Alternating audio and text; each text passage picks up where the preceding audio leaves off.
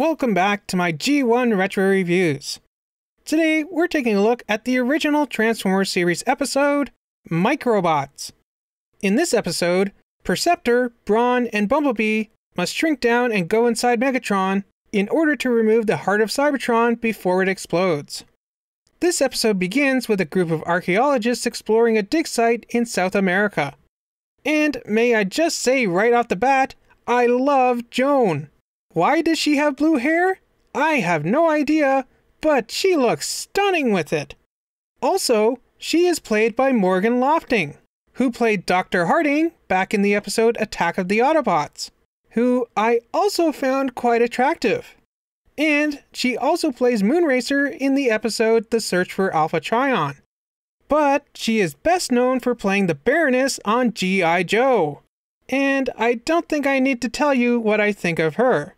Man, Morgan Lofting sure plays a lot of very sexy characters. Wait, what were we talking about? Oh right, Microbots. So Joan and the other archaeologist guy soon discover the Nemesis. That is the most powerful Decepticon warship in Transformer history. The ship that shot down the Ark itself. The Nemesis. The Nemesis. But unfortunately, apparently the Decepticons watch the news. And they too discover the location of their old warship. Meanwhile, at the Autobot base, Brawn is giving Perceptor a hard time. Aww, poor Percy. Oh, bah! Hey, lay off, Brawn. Perceptor's as important as any of us. So where is he when we're fighting? Leave him alone, Brawn, or you're gonna tangle with me. Oh, I'm shaking in my proton boots. That's enough, all of you. Brawn, Bumblebee, we're rolling out. Although, maybe it has something to do with the fact that he's wearing a Decepticon symbol? Back in South America, the Decepticons are bulldozing a forest in order to get to their ship. Although, why they don't just fly there, who knows? No! We must remain on the ground to avoid satellite detection. It is then that Starscream is attacked by a snake. Snake? Cobra? Cobra Commander? Is anyone else seeing a family resemblance here? Seriously, I wonder if this was an intentional nod to Chris Latta's other famous role of Cobra Commander in G.I. Joe. Man, there's a lot of G.I. Joe references in this episode. Ravage also gets attacked by another big cat. Apparently, this is a real jaguar. Too bad it's not a cheetah. Then it would almost be like Ravage versus Cheetor. But Ravage doesn't want anything to do with this other cat and runs up a tree.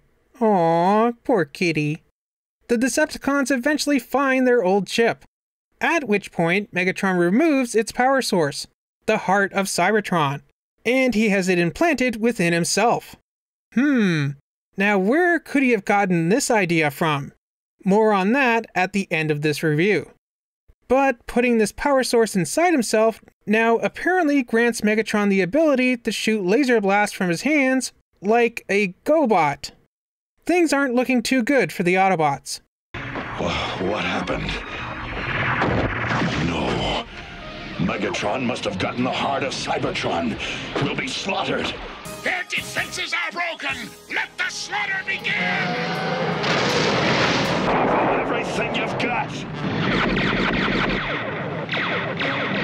Now blast the hill. They do so and end up burying the Decepticons. And the Autobots return to their base, where Perceptor gets to work on helping fix the wounded Autobots. Percy then proposes an idea where they shrink down and go inside Megatron in order to disconnect the Heart of Cybertron. Meanwhile, the Decepticons seem to be having fun drinking Energon. Perhaps a little too much fun? Are the Decepticons drunk? Is this video gonna get demonetized for having drinking in it? Well, the Autobots seize this opportunity to get their bots inside Megatron's body. When they reach Megatron's shoulder joint, Just hope he doesn't make any sudden moves. and of course, that's when Megatron decides to check his watch. Wait, seriously? Megatron is actually wearing a watch? What? Why? Well, I guess even Decepticons need to accessorize. Megatron's brain. How come it's so quiet? I was going to ask how come it's so small. That is what she said. Shouldn't his brain be a lot bigger? I mean, Megatron's no super genius, but he's not exactly a dummy either. So the Microbots reach the Heart of Cybertron, and Percy carefully removes it. They then run to the exit as they begin to return to their normal size. Excuse us. You filthy retro rats! Megatron retreats, and Brawn tosses the Heart of Cybertron into the air, and Perceptor snipes it, blowing it up. Sharp shooting, Perceptor. I wonder if this is where they got the idea to make Perceptor a sniper in the IDW comic books.